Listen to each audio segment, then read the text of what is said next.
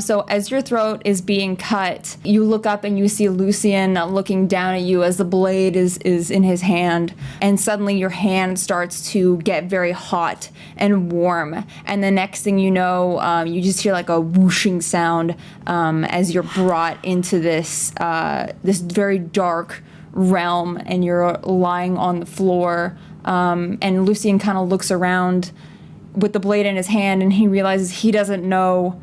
You can see that he doesn't know where he is, and he looks around, and it just looks like you're kind of in outer space, and there's like you're on like a platform kind of thing, and you're definitely in some other realm, and you touch your hand to your neck, and you can feel that your throat is no longer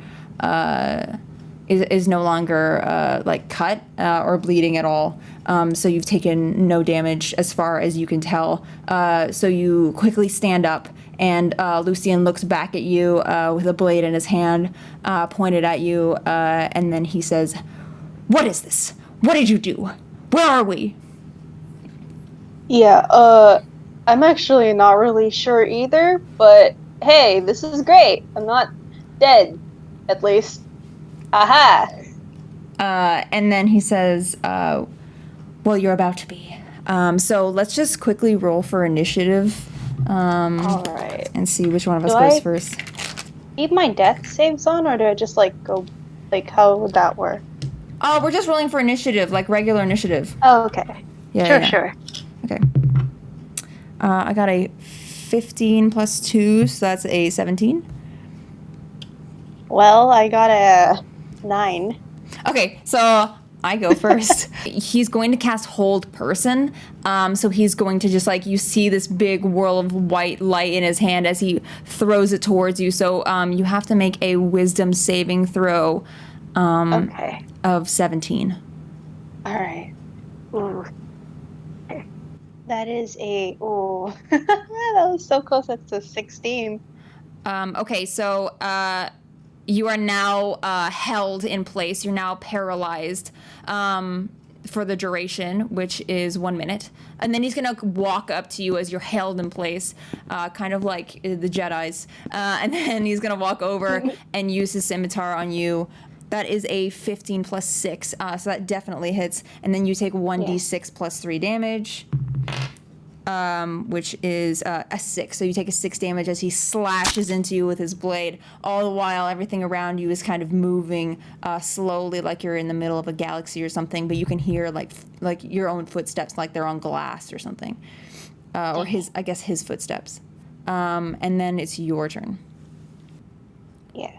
I just realized that for 1 minute you are paralyzed and you actually can't do anything.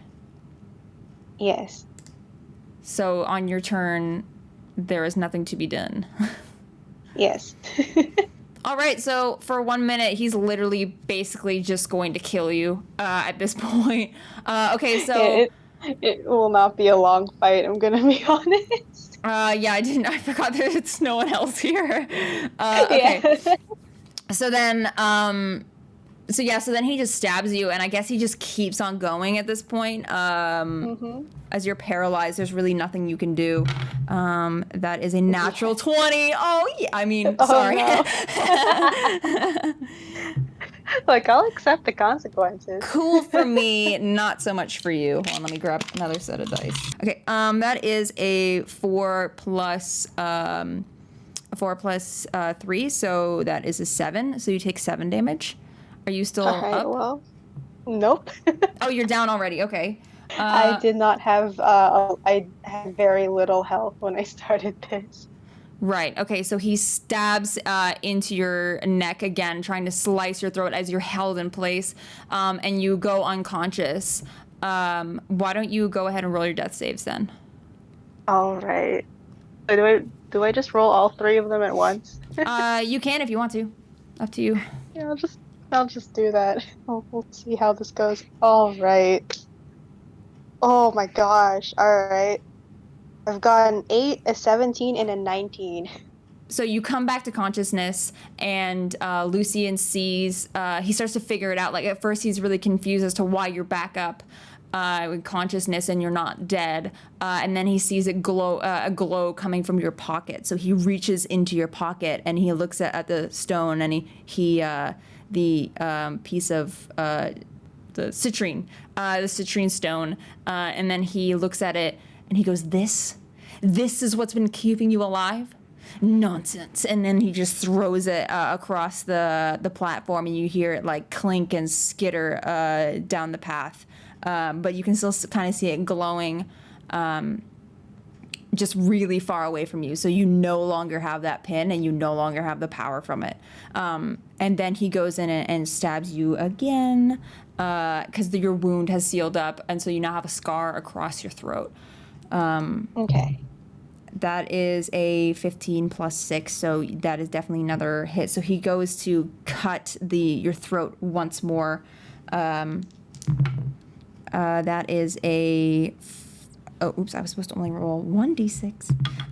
That is a 4 plus 3, so that is another 7. So that would definitely knock you out. So go ahead and give me another death save. You might as well roll all 3 again.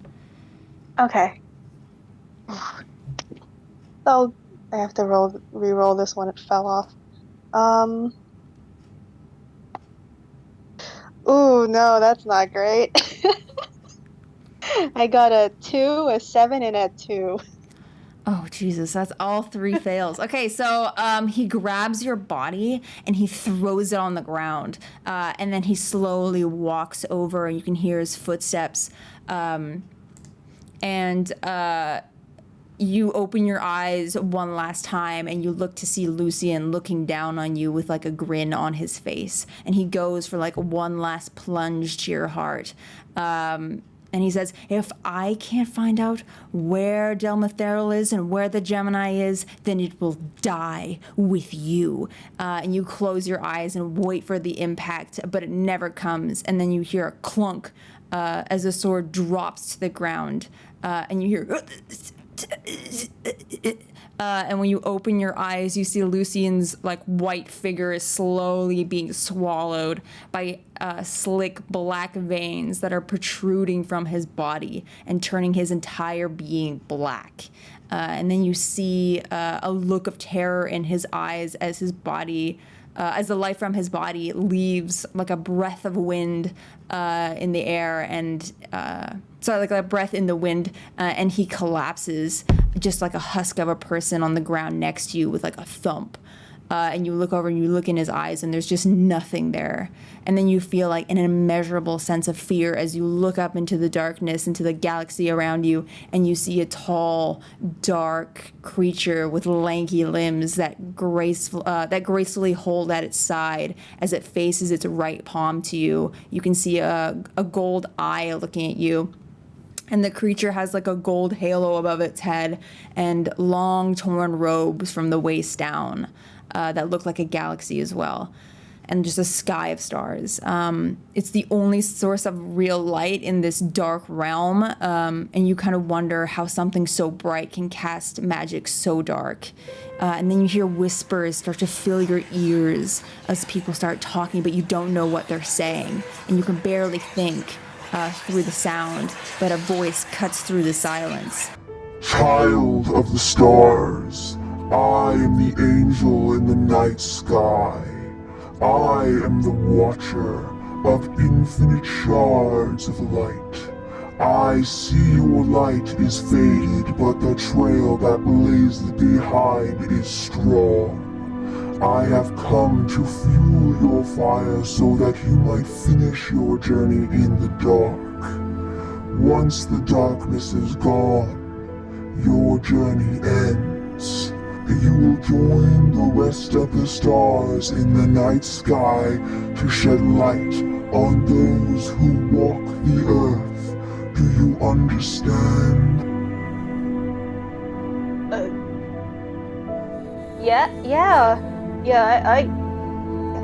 I hear you. I understand. Take my hand and lose sight of the world around you. And the creature extends its left hand to you that has no eye in it. Morgana doesn't hesitate. Okay. She just stretches her hand out and she just grabs it. Touch my soul and you will find a new purpose. And then it extends its other hand to you with like the golden eye in the center of the palm. She takes it. Okay. And then you keep hearing the whispers around you as this all goes on, and then you reach for its hands. You take one last look at the creature. Your faces are really close together, knowing that this will be the last thing you ever see, a face with no eyes, gold halo and white hair like shining silk. Looking into its face, you begin to see your own form in its place, your own face. The creature reaches from its robes and tears a piece off before wrapping a gentle cloth that looks like a torn piece of the night sky around your eyes. Everything in your vision goes white, and your hair no longer sits on your shoulders, but instead flows like seaweed in water, waving gently against gravity. Your scars are erased and your skin is clean. You feel your body lift from the ground briefly as you return to the world you came from, and then everything goes dark. But you can feel the ocean breeze on your skin, hear the waves crash against the boat, and smell the salt from the sea, things you've never even considered before. You raise your head to the sky and see only the stars of an infinite galaxy, knowing that your final destination is up there among them, and that at any point in time you may leave this world to join your newfound patron at your own free will. But for now, you lay down on the deck of the carp launch, feeling the boat rock and staring up at your destiny. Is there anything that you'd like to do? I kind of just want to like stay there for a little bit and just like kind of take in this new sensation, like kind of like try to get used to it.